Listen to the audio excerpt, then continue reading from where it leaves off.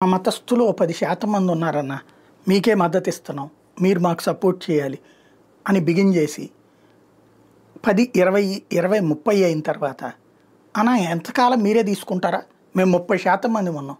మీకు ఓట్లేసే 100లో 20 మంది పోతే 70 మంది, 70లో 30 మేమే ఉన్నప్పుడు ఈ 40 ఓట్లు నలుగురికి టర్న్ అయ్యేటప్పుడు మాకు టికెట్ ఇస్తే మేము గెలుస్తాం కదా అని బిగిన్ చేసి ఆ తర్వాతన ఇప్పుడు హైదరాబాద్ పాత బస్తీలో సీట్లు కావచ్చు, లేకపోతే ఏదైతే కడప ఎమ్మెల్యే సీటు కావచ్చు, ఇట్లా ఎట్లయితే మతపరంగా చెప్పి తీసుకుంటున్నారో అట్లాంటి సిచ్యుయేషన్ ఇప్పుడు యూరప్ సమాజంలో జరుగుతోంది.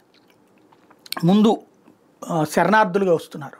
ఆ తర్వాత ఓటు హక్కులు లభించిన తర్వాతన ఆయా దేశాల్లో సరే వాళ్ళ వరకు వాళ్ళ ప్రాతినిధ్యం కాదు కోరుకుంటున్నటువంటి, అక్కడున్న ప్రభుత్వాలని దించేసేసి మతరాజ్యం షరియా చట్టాలు కావాలని కోరుకుంటున్నటువంటి వ్యవహారాలే ఇప్పుడు ఆయా దేశాల్లో అసంతృప్తికి అల్లర్లకు కారణమవుతుంది. బ్రిటన్లో జరిగిన, జర్మనీలో జరిగిన, అమెరికాలో జరిగిన ఇట్లాంటివన్నీ కూడా ఇప్పుడు తాజాగా ఏదైతే సివిల్ డిఫెన్స్ మినిస్టర్ స్వీడన్కి సంబంధించినటువంటి సివిల్ డిఫెన్స్ మినిస్టర్ని ఇస్లామిస్ట్ ఫాలో అయ్యి వెంటపడి దాడులకి పాల్పడడం అన్నటువంటి సంచలనం సృష్టిస్తోంది. ఆయన నిలబడి ఇట్లాంటిది ఇదేం పద్ధతి అని అడుగుతున్నందుకు గాను జరుగుతున్నటువంటి వ్యవహారం.